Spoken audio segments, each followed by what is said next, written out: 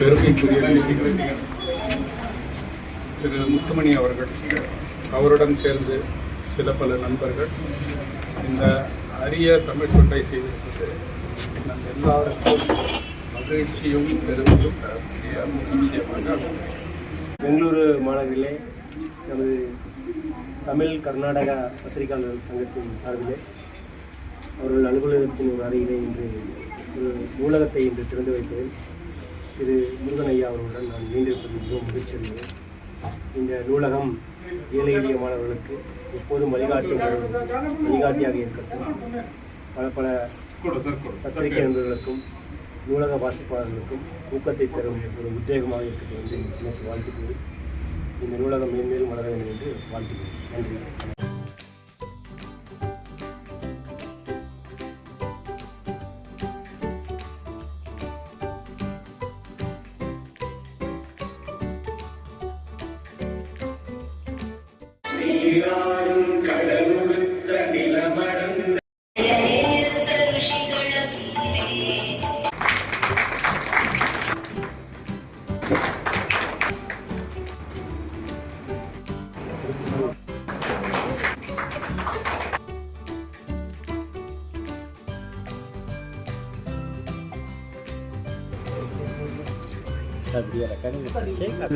சரியா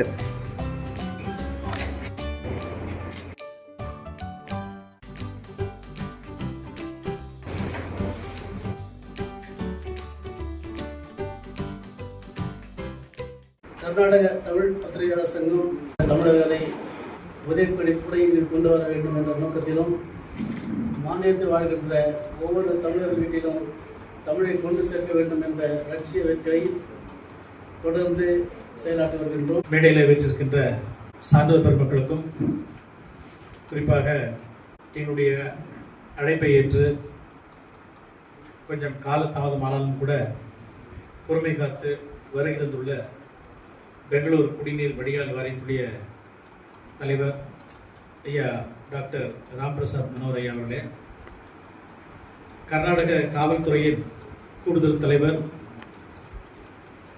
இலக்கியத்தின் மீது அளவிலா பாசமும் பற்றும் கொண்ட ஐயா திரு எஸ் முருகன் அவர்களே, மற்றும்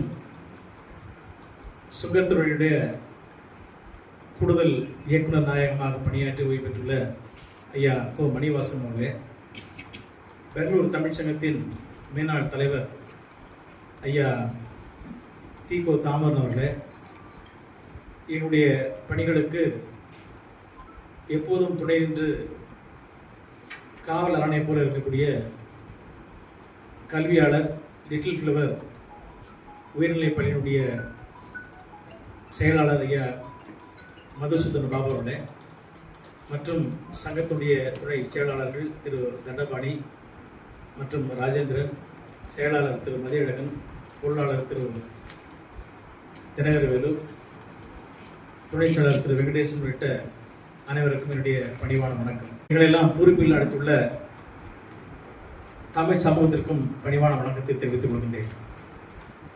இந்த விழா எதற்காக நடத்தப்பட வேண்டும் என்று பலரும் தொலைபேசி வாயிலாக கேட்டு வருகின்றார்கள்.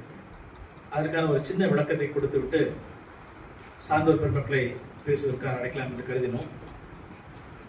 எல்லா சமூகமே ஒரு அடையாளத்தை நோக்கி பயணிக்கின்ற ஒரு காலகட்டமாக மாறிவிட்டது. ஒரு இன்னைக்கு உலகமயமாக்கல் ஆன பிறகு எல்லாவற்றையுமே மக்களை திரட்டுவதற்கு ஒரு அடையாளம் தேவைப்படுகின்றது. உலகளவில் இந்த போக்கு காணப்படுகின்றது. அதிலும் குறிப்பாக தமிழர்கள் அதில் விதிவிலக்கு அல்ல. தமிழர்கள் எப்போதுமே தன்னுடைய மொழி, கலை, இலக்கியம், பண்பாடு போன்றவற்றில் மிகுந்த ஈடுபாடும் ஆர்வமும் அக்கறையும் கொண்டவர்கள். எப்போதும் அதில் சமரசம் செய்து கொள்ளாத ஒரு சமூகமாக இருந்து வருகின்றோம். ஆனாலும் கூட கர்நாடகத்தில் வாழ்கின்ற தமிழுடைய பிரச்சனையும் உலகளவில் பல்வேறு நாடுகளில் வாழ்கின்ற தமிழுடைய பிரச்சனையும் வெவ்வேறானவை. குறிப்பாக கர்நாடகத்தில் வாழ்கின்ற தமிழர்கள் இங்கு நிம்மதியாகவும் வளமாகவும் கல்வியில் சிறந்து விளங்கினாலும் கூட அவர்களை ஒருங்கிணைப்பதற்கு ஒரு அடையாளம் தேவைப்படுகின்றது. அந்த நோக்கத்திற்காக தான் கடந்த 2022ஆம் ஆண்டு தமிழ் புத்தக திருவிழாவை நாங்கள் தொடங்கினோம். அதன் வழியே என்ன இலக்கை எட்ட முயன்றோம் என்றால், ஒவ்வொரு குழந்தையிடத்திலும் தமிழை கொண்டு சேர்க்க வேண்டும், தமிழர்களை தமிழர்களாக ஒன்று சேர்க்க வேண்டும் என்ற அந்த நோக்கத்தில் பயணித்தோம். அதற்கு கைமேல் பலன் கிடைத்து வருகின்றது. மிக சீரும் சிறப்பமாக நடைபெற்ற தமிழ் புத்தக திருவிழாவை நீங்கள் எல்லாம் கண்டுகளித்திருப்பீர்கள். அவற்றின் வாயிலாக ஏராளமான தமிழர்களை ஒருங்கிணைக்க முடிந்திருக்கின்றது. தமிழர்களை தமிழர்களோடு தொடர்பு ஏற்படுத்த ஒரு வாய்ப்பை ஏற்படுத்தி தந்திருக்கின்றோம். அதன் தொடர்ச்சியாகத்தான் கர்நாடகத்திலே தமிழர்களை கொண்டாட செய்ய வேண்டும், அதற்காக ஒரு நாளை தேர்ந்தெடுத்து அதை செயல்படுத்த வேண்டும் என்று கருதினோம். அதற்கு யாருடைய பெயரை அல்லது யாருடைய போற்றுதலை நாம் மையப்படுத்தி அந்த விழாவை கொண்டாடலாம் என்று கருதிய போது ஏராளமான பெயர்கள் கர்நாடகத்திலே தமிழை வளர்க்கவும், கலை இலக்கிய பண்பாட்டு விழுமிகளை மேம்படுத்தவும் ஏராளமானவர்கள் தொண்டாற்றி இருக்கிறார்கள். பெயர்களை தேர்ந்தெடுப்பதே மிகவும் கடினமாக இருந்தது. இருந்த போதிலும் கர்நாடக தமிழ் பத்திரிகையாளர் சங்கம் என்பதாலும், பிறகு கர்நாடக தமிழர்களின் வாழ்வியலில் வரலாற்றில் நீக்கமென நிறைந்திருக்கும் ஒரு இதழியல் பணியை மிக திறம்பட செம்மையாக செயல்படுத்திய முனைவர் பாசு மணி அவருடைய நினைவாக இந்த நாளை கர்நாடக தமிழர் நாள் என்று கொண்டாடுவோம் என்று கருதினோம். அந்த நாளைத்தான் முதல் முறையாக இன்று கொண்டாடுகின்றோம். இது ஒரு வரலாற்று சிறப்பு வாய்ந்த ஒரு நிகழ்வு. ஏன் என்று சொன்னால், 1964ஆம் ஆண்டிலே கர்நாடகத்தில் தமிழர்கள் தமிழை மட்டுமே படித்து வந்த காலத்தில், நூற்றுக்கணக்கான இதழ்கள் வந்த காலத்தில், ஆயிரக்கணக்கான நூல்களை படைத்துக் கொண்டிருந்த காலத்தில், ஏராளமான கவிஞர்கள் குவிந்திருந்த காலத்தில், நமக்கான ஒரு வரலாற்றை தினந்தோறும் படைக்க வேண்டும் என்ற அந்த நல்ல நோக்கத்தில் தமிழ் இதழியலை செம்மைப்படுத்தும், பண்படுத்தும், ஆழப்படுத்தும், அகலப்படுத்தும் பெரும்படியாக தினச்சுடர் என்ற ஒரு மாலை நாளிதழை முதல் முறையாக ஐயா அவர்கள் தொடங்கினார்கள். பாசுமணி அவர்கள் அடிப்படையில் இதழாளராக இருந்தாலும் கூட அவர் சங்க தமிழில் மிக ஆழ்ந்து படித்தவர். விசாலமான ஒரு அறிவை நம்முடைய தமிழ் இலக்கியத்திலே பெற்றிருந்தவர். எப்பொழுதும் நான் அந்த ஊழியர்களை சந்தித்த போது அவர்கள் சொன்னார்கள், எப்போதும் முகமலர்ச்சியோடு எல்லோரையும் ஊழியர்கள் என்று கருதாமல் நண்பர்களைப் போல அவர்களை அணுகி வேலையை வாங்கி திறம்பட நம்முடைய கர்நாடக தமிழுடைய வாழ்வியலில் மிகப்பெரிய தாக்கத்தை ஏற்படுத்தியவர் நம்முடைய பாசுமணி அவர்கள். அதனால்தான் அவர் மறைந்து 15 ஆண்டுகளுக்கு பிறகு 2015ஆம் ஆண்டில் அவர் மறைந்தார். கிட்டத்தட்ட 10 ஆண்டுகள் கழித்து அவருக்கு இப்படி ஒரு சிறப்பை செய்ய வேண்டும் என்று நாங்கள் கருதினோம். அதற்காக பலரையும் அணுகி கேட்டபோது, அவரை விட சிறந்தவர், பொருத்தமானவர் யாரும் இல்லை என்று பலரும் கருதி எங்களுக்கு கருத்து தெரிவித்தார்கள். அதன் விளைவாக நான் ஐயா முருகன் ஐயா அவர்களை அணுகி இப்படிப்பட்ட ஒரு நிகழ்வை சொன்னபோது பெரிதும் மகிழ்ந்தார். அதே போல ராம்பிரசாத் ஐயாவை அணுகிய போது அவருடைய மகிழ்ச்சிக்கு அளவே இல்லை. அந்த அளவுக்கு எங்களை ஊக்கப்படுத்தி உற்சாகப்படுத்தினார்கள். அந்த உற்சாகத்தில் தான் பாசு மணி ஐயாவுடைய நினைவாக ஒரு நினைவு நூலகத்தை தொடங்க வேண்டும் என்று நூலகத்தை தொடங்கி இருக்கின்றோம். நீங்கள் எல்லோரும் அதை பயன்படுத்திக் கொள்ள வேண்டும். என்னால் வாசிப்பு, படிக்கின்ற பழக்கம் இன்றைக்கு குறைந்து வருகின்ற இந்த காலகட்டத்தில் நூலகத்தை திறக்கின்றார்களே என்று பலரும் கருதுவதுண்டு. அப்படிப்பட்ட நூலகம் தேவையா என்று சிலரும் கருதுவதுண்டு. இன்றைக்கு யூடியூப், வலையொலியில் சொல்லக்கூடிய யூடியூப் மற்றும் சமூக வலைத்தளங்களில் ஏராளமான செய்திகள் குவிந்து கிடக்கின்றன. ஆனால் நூலகம்தான் சிறந்த மனிதனை உருவாக்கும் என்பதற்கு ஏராளமான உதாரணங்கள் உலக அளவில் இருக்கின்றன. மிகப்பெரிய தலைவர்கள், மிகப்பெரிய விஞ்ஞானிகள், அன்றைக்கு மட்டுமல்ல இன்றைக்கும் உருவாகி கொண்டிருப்பது நூலகங்களில் தான் என்பதை உங்களுடைய கவனத்துக்கு கொண்டு வருகின்றேன். குறிப்பாக நம்முடைய ராம்பிரசாத் மனோகர் ஐயா அவர்கள் IAS அதிகாரியாக திறம்பட செயலாற்றுவதும், நம்முடைய முருகன் ஐயா அவர்கள் IPS அதிகாரியாக சிறப்பாக செயல்படுவதும் இந்த நூல்களை வாசிப்பதன் மூலமாக தான் அவருடைய அறிவு பெறுகின்றது, வளமாகிறது. அதனை ஒட்டிதான் அவருடைய பணிகள் செம்மையாக இருக்கின்றது, பலரும் போற்று வகையில் இருக்கின்றது என்பதை இந்த நேரத்தில் சுட்டிக்காட்ட விரும்புகின்றேன். ஏன்னு சொன்னால் நூலகங்களை பயன்படுத்தும் பழக்கம் குறைந்துவிட்டாலும் கூட நூலகங்களை பயன்படுத்தும் பழக்கத்தை மீண்டும் உருவாக்க வேண்டும் என்பதுதான் எங்களுடைய அடிப்படை நோக்கம். அந்த நூலகத்திலே பழம்பெரும் நூல்கள் இருக்கின்றன, பழம்பெரும் இலக்கியங்கள் இருக்கின்றன, அறிவியல் நூல்கள் இருக்கின்றன, பல்வேறு தரப்பிலான ஆன்மீகம் இருக்கின்றது, இப்படி சமய நூல்கள் இருக்கின்றது, எல்லா வகையான நூல்கள் இருக்கின்றது. அதுபோக இன்றைய இளைஞர்களுக்கு தேவையான நூல்களும் அதில் இருக்கின்றன. அது தமிழாக இருக்கலாம், ஆங்கிலமாக இருக்கலாம், எல்லாவற்றையும் பயன்படுத்த வேண்டும். இருந்தாலும் கூட தமிழ் நூல்களை படிக்கின்ற ஆர்வம், அக்கறை இன்னும் பெருக வேண்டும் என்பதற்காக அந்த நூலகத்தை திறந்திருக்கின்றோம். தயவு செய்து உங்கள் அனைவரையும் இருகரம் கூப்பி நான் கேட்டுக்கொள்வது, இந்த நூலகத்தை சரிவர பயன்படுத்திக் கொள்ளுங்கள், சமுதாயத்தை வளமாக்க உங்களுடைய பங்களிப்பை ஆற்றுங்கள் என்று சொல்லி, இருந்தாலும் கூட அதற்கு விடை பகிரும் வகையில் நீங்கள் எல்லோரும் பெருந்திரளாக கலந்து கொண்டு எங்களையும் இந்த முயற்சியை ஊக்கப்படுத்தியிருக்கின்றீர்கள் என்பது உள்ளபடியே போற்றுதலுக்குரிய உங்கள் அனைவரையும் நான் மீண்டும் ஒருமுறை நன்றியோடு வணங்கி விடைபெறுகிறேன். நன்றி, வணக்கம். அறிஞர் பெருமக்களே, தமிழர்கள் இப்படித்தான் வாழ வேண்டும், அவர்கள் மிக உயர்ந்த நிலையை அடையலாம் என்பதற்கு அடையாளமாக திகழ்கின்ற ராம்பிரசாத் மனோகர் ஐயா அவர்களே, எஸ் முருகன் ஐயா அவர்களே, உங்களை பார்த்து அடுத்த தலைமுறை தலை நிமிர்ந்து வாழும் அப்படி ஒரு வழிகாட்டிகளாய் நீங்கள் திகழ்கின்றீர்கள். உங்களுக்கு பணிவான வணக்கங்கள். பாசுமணி ஐயா அவர்களை பற்றி சொல்ல வேண்டும் என்றால், அவர் எவ்வளவு உயர்ந்தவரோ அவ்வளவும் எளிமையானவர். 1995 ஒரு 4 நாள் கணினிகளை வைத்து எங்கள் பள்ளியிலே தொடக்க விழா செய்ய வேண்டும் என்று சொன்ன பொழுது அவர் வந்து அதை செய்தார். இன்று எமது பள்ளியிலே 100க்கும் மேலான கணினி பயிற்சி மாணவர்கள் இருக்கிறார்கள், பயிற்சி பெறுகிறார்கள். அவருக்கு என்னுடைய பள்ளியின் சார்பாக நினைவஞ்சலியை செலுத்துகின்றேன். இந்த நிகழ்ச்சியிலே ஐயா முத்துமணி அண்ணன் அவர்கள் எடுத்துக்கொண்டிருக்கிற முயற்சி நாம் அனைவரும் அவரோடு தோளோடு துணை நின்று சிறப்பிக்க வேண்டும். ஏனென்றால் எந்த எதிர்பார்ப்பும் இல்லாமல், அரசியலோ மற்றதோ கலவாமல் தமிழருக்கும் ஆற்றுகிற பணிக்கு ஆட்கள் சேர்வது குறைவு, துணை நிற்பதும் குறைவு. எத்தனையோ பேர் நமது பெங்களூரில் கர்நாடக மாநிலத்தில் இருந்திருக்கிறார்கள். அப்படி ஒருவராய் முத்துமணி ஐயா அவர்கள் ஆகக்கூடாது. அவர்களுக்கு நாம் அனைவரும் துணை நின்று அவர் எடுக்கின்ற எல்லா பணியிலும் சிறப்புற நம் அனைவருடைய ஒத்துழைப்பும் இருக்க வேண்டும். கர்நாடக தமிழ் சமூகத்தின் பெருமைமிகு நாளாகிய கர்நாடக தமிழர் தினம். இந்த நாளை நாம் கொண்டாடுவது தினச்சுடர் இதழின் ஆசிரியராகவும் முன்னணி பத்திரிகையாளராகவும் விளங்கிய பெருந்தகை பாசு மணி ஐயா அவர்களின் பிறந்த நாளை நினைவு கூறுவதற்காகவே. இவர் கர்நாடக மாநிலம் பெங்களூரில் வாழ்ந்த புகழ்பெற்ற தமிழ் பத்திரிகையாளரும் எழுத்தாளரும் ஆய்வாளரும் ஆவார். தமிழ்நாடு தூத்துக்குடி மாவட்டம் விளாத்திக்குளம் அருகே நாகலாபுரத்தில் 1936 பிறந்தவர்.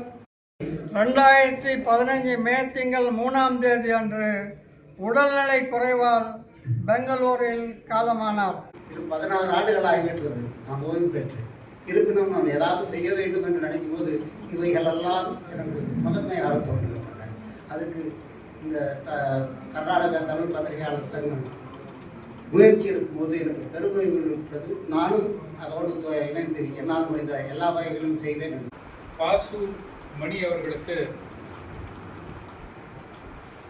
நினைவஞ்சலி செலுத்தி ஒரு நூலகத்தையும் திறந்து வைத்திருப்பது எனக்கு மட்டிலா மகிழ்ச்சி கொடுத்திருக்கிறது என்று சொல்ல விரும்புகிறேன். எதுக்கு இதை சொல்றேன்னா, நான் முதல்ல கர்நாடகத்தில் ஒரு போலீஸ் அதிகாரியா கிட்டத்தட்ட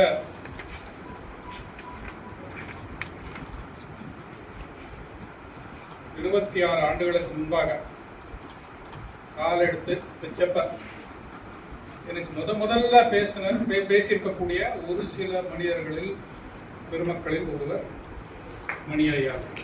பெங்களூரில் தமிழர்களுக்காக ஒரு அடையாளத்தை செய்து கொடுத்த பெரியவர்.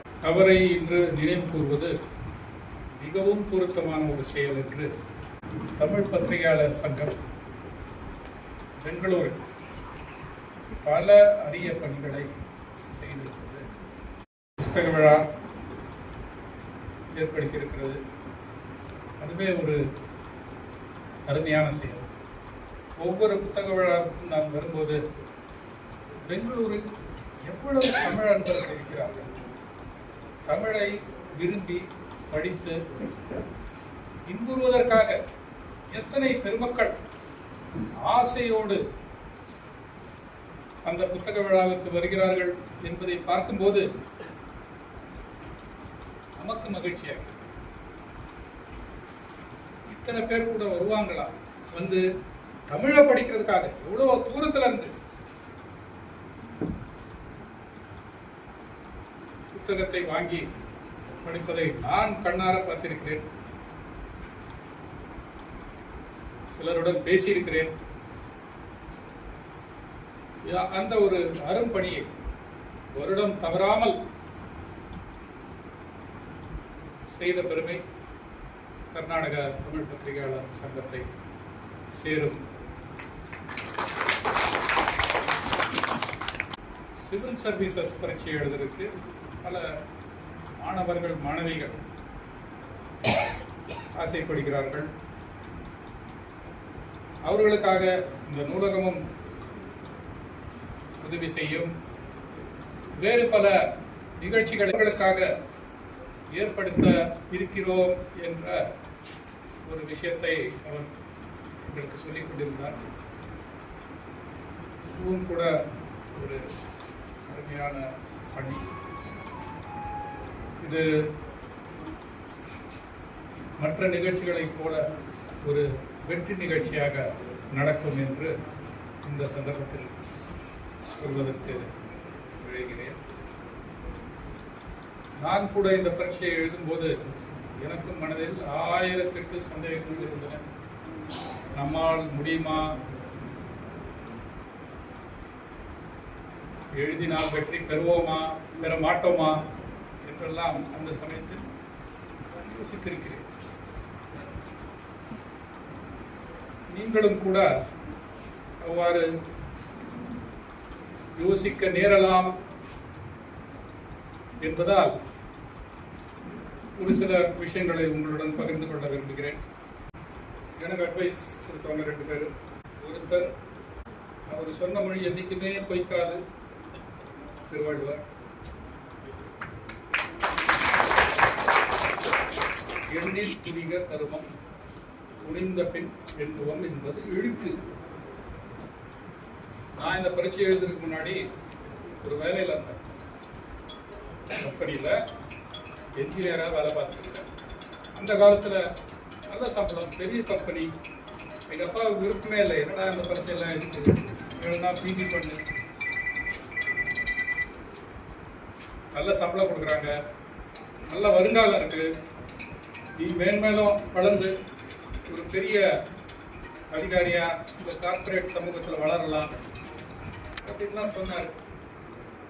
அப்போ எனக்கும் பண்ணணுமா வேணாமா, பண்ணணுமா எழுதணுமா வேணாமா அப்படின்னு யோசனை. அந்த சமயத்தில் எனக்கு மனசில் புளிச்ச குரலை நாம் பள்ளிக்கூடத்தில் படிச்சிருக்கோம், பரீட்சையில் எழுதியிருக்கோம். அப்போல்லாம் தலையில் அடிச்சுக்கிட்டு இன்னொரு குரலை மனப்பாடம் பண்ணுமா அப்படின்னு சொல்லி படிச்சிருக்கோம். வாழ்க்கையில் ஒரு இடர் வந்தபோது எனக்கு வழிகாட்டிய குரல் இது, எண்ணீர் துணிகள். என்ன வார்த்தைங்க, ஒவ்வொரு வார்த்தைக்கும் என்ன ஒரு அர்த்தம் பாருங்க. முதல்ல எண்ணணும், அதுக்கப்புறம் துணியணும். துணிந்த பின், துணிந்த பிறகு கர்மம். ஆனா துணிந்த பிறகு திருப்பி எண்ணக்கூடாது. துணிஞ்சிட்டனா இறங்கி நின்றுடணும். எல்லாத்துக்கும் இதை சொல்றதுக்கு விரும்புகிறேன். எண்ணுங்க. Anything which is unplanned is bound to be a disaster.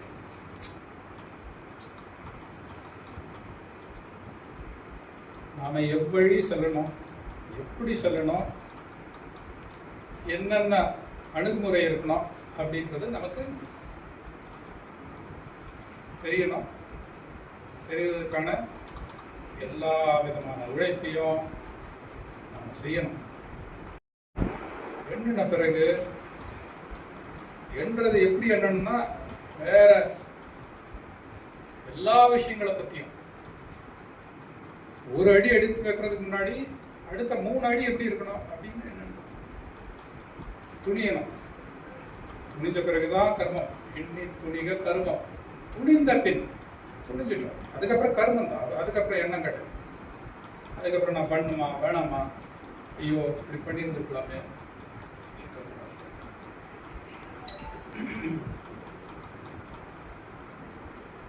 அடுத்த அட்வைஸ் கொடுத்தவர் கண்ணதாசன். என்னதான் நடக்கும் நடக்கட்டுமே, அறையட்டுமே, தன்னாலை வெளிவரும் அந்த காலத்துல படிக்கிறதோ இல்லையா இந்த பாட்டை பாடிட்டு இருப்பேன்.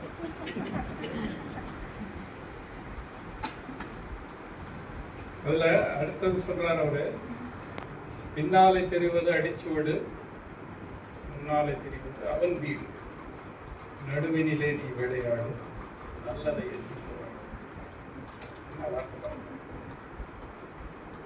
செய்யுங்க. நல்லதொரு விளைதல் கண்டிப்பா வெற்றி வரும்.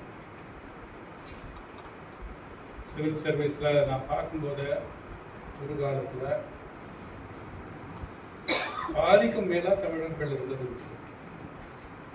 ஐஏஎஸ் ஆகட்டும், ஐபிஎஸ் ஆகட்டும், பாதிக்கும் மேலாக தமிழர்கள் தமிழ்நாட்டிலும் சரி, வேறு பல மாநிலங்களிலும் சரி, மத்திய அரசிலும் சரி அதிக எண்ணிக்கையில் இருந்தது. ஆனா இன்னைக்கு பாத்தீங்கன்னா இந்த நிலைமை மாறிடுச்சு. தமிழர்கள் மிக குறைந்து காணப்படுகிறார்கள். கர்நாடகத்திலே நீங்க பாத்தீங்கன்னா ஒரு சில அதிகாரிகளை தவிர்த்து மற்ற அதிகாரிகள் ஏனைய மாநிலங்களில் இருந்து, ஏனைய வேறு பல இடங்களில் இருந்து வருவதை நாம் பார்க்கிறோம். அவங்க வரட்டும், தப்பில்லை. எல்லா தொழிலிருந்தும் வந்து சிவில் சர்வீஸ்ல சேர்றது கண்டிப்பா நல்லதுதான். தமிழர்கள் கூட, தமிழ் மாணவர்களும் மாணவிகளும் கூட அதிக எண்ணிக்கையில் வந்து சிவில் சர்வீஸில் சேர்வது எல்லாருக்கும் செயலை சங்கம் செய்யவிருக்கிறது. வேறு பல அரிய செயல்களோடு அதையும் அவர்கள் சேர்த்து செய்து கொண்டிருப்பது மிகுந்த மகிழ்ச்சியான ஒரு விஷயம். நீங்களும் கூட அவர்களோடு சேர்ந்து இந்த மாதிரி நல்ல பல காரியங்களை செய்யணும்னு சொல்லி மாணவர்களும் மாணவியரும் கூட இந்த விஷயத்துல ஒரு ஆர்வமா வந்து உழைத்து வெற்றி பெற வேண்டும் என்று சொல்லிக்கொண்டு எனது பேச்சை முடிக்கிறேன். நன்றி. உங்கள் அனைவருக்கும் கர்நாடக தமிழர் திருநாளின் இதயம் கனிந்த நல்வாழ்த்துக்கள்.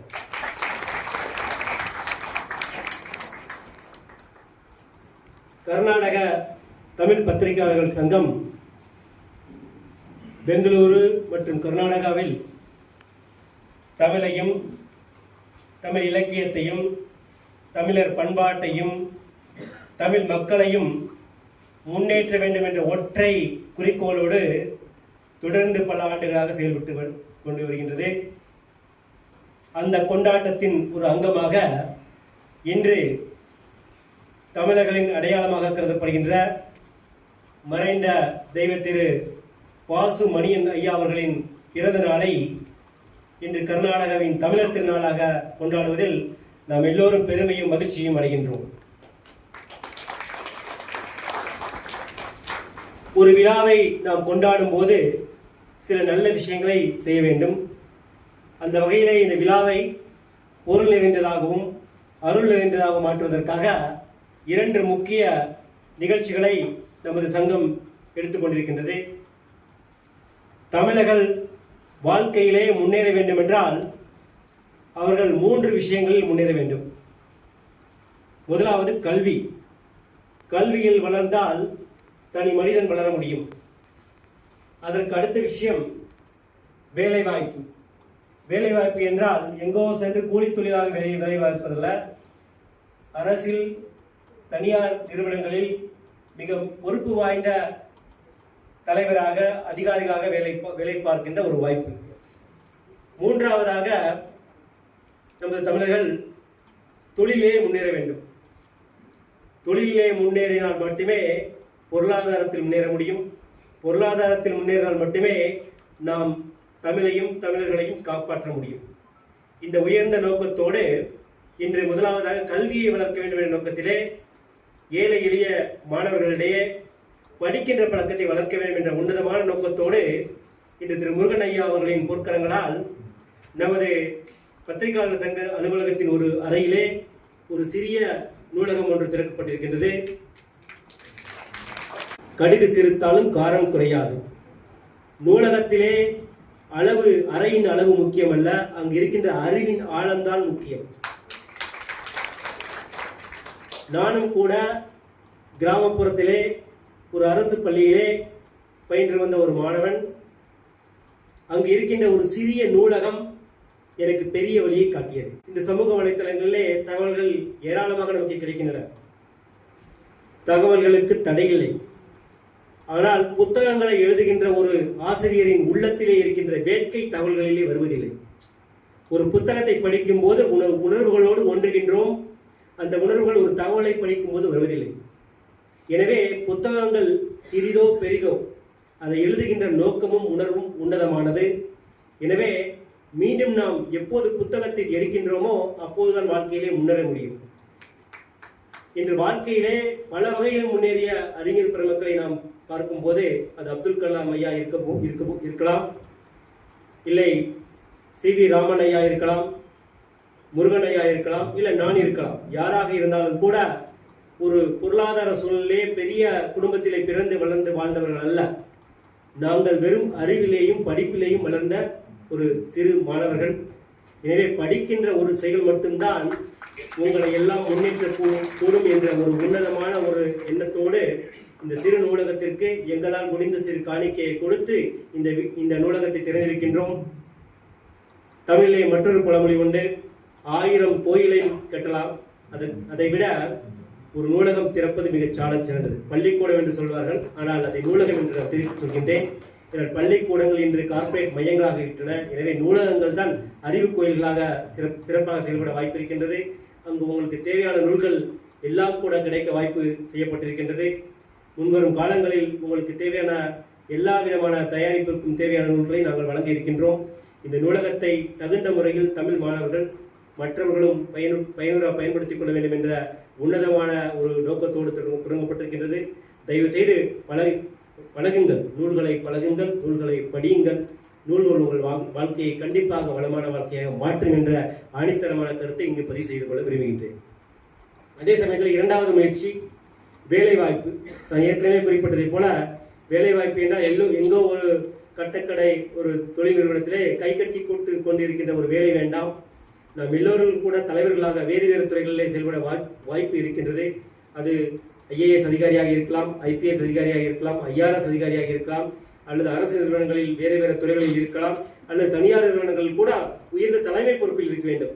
எப்போதுமே தலைமை பொறுப்பில் இருப்பவர்கள் தான் ஒரு மாற்றத்தை கொண்டு வர முடியும். தமிழ் சமுதாயத்தில் மாற்றத்தை கொண்டு வர வேண்டும் என்றால் நீங்கள் எல்லோரும் கூட தலைமை பொறுப்பிலே வளர வேண்டும் என்ற ஒரு உன்னதமான நோக்கத்தோடு இன்று IAS ஆக வேண்டுமா என்ற ஒரு கனவை விதைத்து அந்த IAS போன்ற பற்றமல அதிகாரிகளாக உருவாக்குவதற்கான ஒரு பயிற்சியை கூட இன்று நாம் தொடங்கியிருக்கின்றோம். அந்த பயிற்சி வெற்றியடைய எனது மனமார்ந்த வாழ்த்துக்கள். தொழில் வளர்ச்சிக்கு இன்னும் வருகின்ற காலங்களிலே நாம் தொழில் முனைவோர்களுக்கு ஊக்கபூர்வமாக சில ஆக்கப்பூர்வமான முயற்சிகளை நாம் எடுக்க இருக்கின்றோம். அதை கூட இந்த சமயத்திலே நான் பதிவு செய்து கொள்ள விரும்புகின்றேன். மேலும் மேலும் நமது சமுதாயமும் நமது தமிழ் மக்களும் தமிழ் அறிஞர்களும் வாழ இந்த கர்நாடக பத்திரிகையாளர் சங்கம் கண்டிப்பாக முன்னெடுத்து நிற்கும். அந்த முன்னெடுப்பிலே நான் முதுகெலும்பாக என்றும் இருப்பேன் என்று இந்த சமயத்திலே பதிவு செய்து கொண்டு வாய்ப்புக்கு நன்றி கூறி விடைபெறுகின்றேன். நன்றி. வாழ்க வளமுடன்.